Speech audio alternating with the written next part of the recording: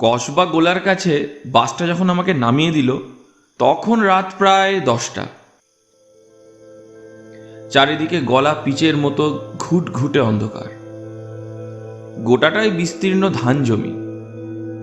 তখন পৌষ মাসের শেষ, গ্রামের দিকে ভালোই ঠান্ডা পড়েছে। ধান কাটা শেষ হয়ে গেছে, তাই ধু ধু ফাঁকা মাঠ। আমি যাব শ্বশুরবাড়ি অড়ুয়া। এটি মেদিনীপুর জেলায় এক প্রত্যন্ত গ্রাম।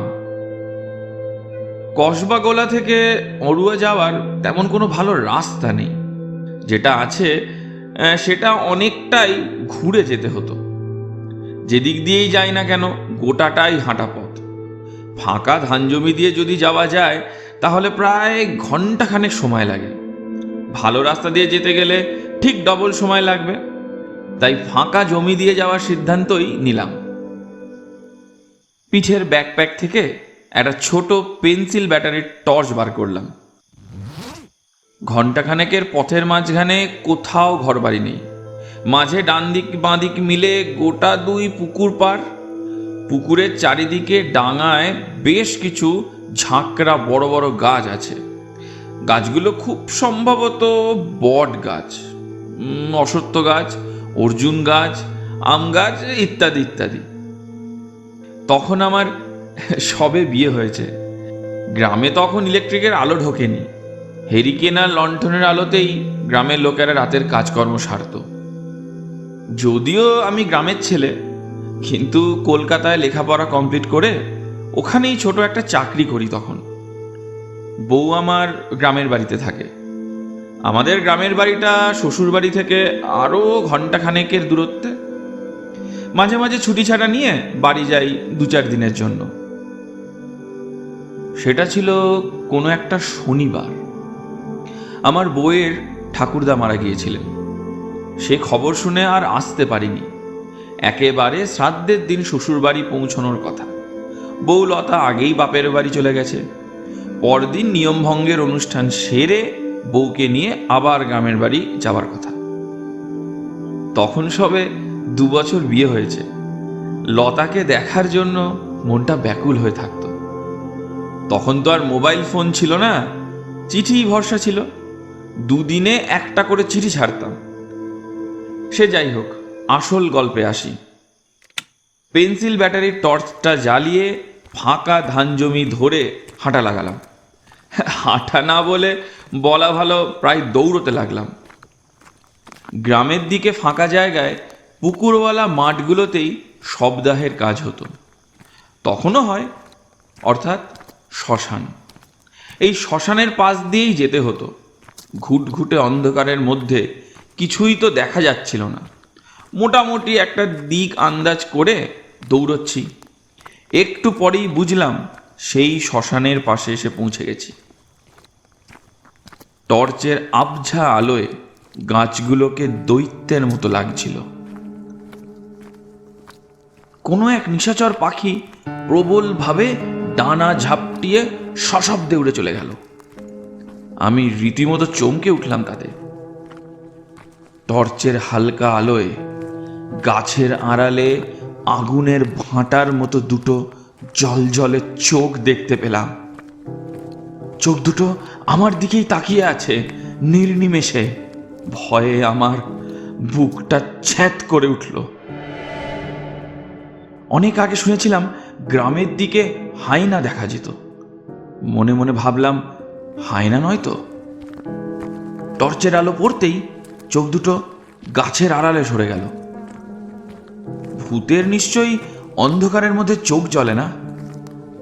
আর হায়না হলে আড়ালে যেত না, আমার উপর আক্রমণ করত। তাহলে নিজেকে নিজেই প্রশ্ন করলাম। আবার মনে মনে ভাবলাম, শিয়াল হবে হয়তো। যদিও শিয়ালও কম হিংস্র নয়, তবে জোয়ান একটি ছেলেকে নিশ্চয়ই আক্রমণ করবে না। নানা রকম ভীতিপ্রদ চিন্তা মাথায় ঢুকছে তখন। আর আতঙ্কে আমার কণ্ঠনালী শুকিয়ে চলেছে। এমন বিপদের সময় তারা মায়ের নাম নিলে ভয় কেটে যায় শুনেছি। কারণ শ্মশানের নিশাচর অধিবাসীরা সবাই তো মায়েরই অনুচর। মায়ের নামে তারা আমার ক্ষতি করবে না বলেই মনে হয়। তাই মন্ত্র উচ্চারণের মতো বীর বীর স্বরে, জয় মা তারা, জয় মা তারা, রক্ষা করো মা, এই বিপদের হাত থেকে আমায় পার করো মা, জয় মা তারা, জয় মা তারা, মা বাঁচাও মা, এই বিপদ থেকে আমাকে রক্ষা করো মা বলে মাকে ডাকতে লাগলাম। হঠাৎই আমার পিলে চমকে দিয়ে গাছের আড়াল থেকে শেয়ালটা রব তুলে ডাকতে শুরু করে দিল। অমনি আমার চতুর্দিক থেকে বহু শেয়ালের প্রত্যুত্তর ভেসে এলো।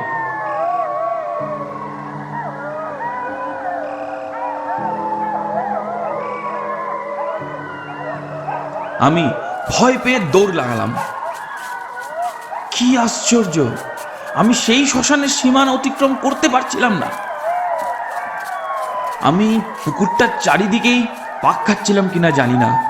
ঘুরে ফিরে আমি সেই পুকুরের পাড়ি বারবার ফিরে আসছিলাম। যখন আমার প্রায় কেঁদে ফেলার অবস্থা হয়ে এসেছে, এমন সময় চারিদিক থেকে এক পৈশাচিক হাসি ভেসে আসছিল।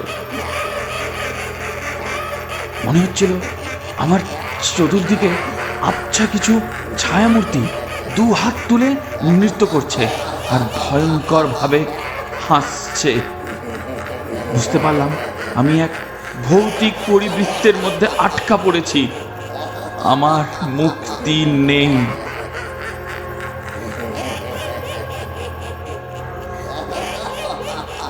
প্রাণপণে আমি ছুটে চলেছি, সমস্ত শরীর আমার ঘামে ভেজা। চিৎকার করে তারা মাকে ডেকে চলেছি, জয় মা তারা, জয় মা তারা, জয় মা তারা, জয় মা তারা। আর মনে মনে মৃত দাদা শ্বশুরকে দোষারোপ করছি। বুড়োটা নিজে মরল, আমাকে মারার তাল করছে। এক সময় ছুটতে ছুটতে আমি হুমড়ি খেয়ে ফাঁকা জমিতে আছড়ে পড়লাম। হাত পা ছিঁড়ে রক্তারক্তি কাণ্ড হয়ে গেল। আতঙ্কে গোঙাতে লাগলাম। চারিদিকে নিকষ অন্ধকার ছেয়ে গেল। বুঝলাম আমি আমি জ্ঞান হারাতে চলেছি। এমন সময় লাঠি আর লণ্ঠন হাতে আমার শ্বশুর মশাই এসে হাজির হলেন আমার সম্মুখে। শ্বশুরকে দেখে যেন প্রাণ ফিরে এলো। শ্বশুর বললেন, চলো, আমি এসে গেছি, তোমার আর ভয় নেই। শ্বশুরের সমস্ত শরীর একখানা সাদা চাদরে ঢাকা ছিল। মুখটা ভালোভাবে দেখা যাচ্ছিল না, তবে গলার স্বরে বুঝতে পারছিলাম আমার শ্বশুরমশাই। তিনি বললেন, কি দরকার ছিল রাত বিরেতে আসার? কাল ভোরের বাসেই তো আসতে পারতে। লতার ভালোবাসায় যে আমাকে টেনে এনেছে তা তো আর বলতে পারি না। শুধু বললাম, আসলে দাদুভাইয়ের সাথে শেষ দেখা তো করতে পারলাম না। তার শ্রাদ্ধ শান্তিতে একটু উপস্থিত না থাকলে কি করে হয় বলুন? মনটা খুব অস্থির হয়ে উঠেছিল, তাই চলে এলাম। ঠিক আছে, ঠিক আছে, চলো, আমি আছি, আর কোনো ভয় নেই। আমি শ্বশুরমশাইয়ের পিছনে পিছনে হাঁটতে লাগলাম। ফাঁকা জমি দিয়ে যেতে যেতে অনুভব করলাম শুধু আমরা দুজন নয়, অনেকগুলো পদধ্বনি যেন আমি শুনতে পাচ্ছিলাম। যেন আমার চতুর্দিকে নিরাপদ এক বলয় সৃষ্টি করে আমাকে ঘিরে নিয়ে যাওয়া হচ্ছে। কিছুক্ষণ বাদে গ্রামে প্রবেশ করলাম।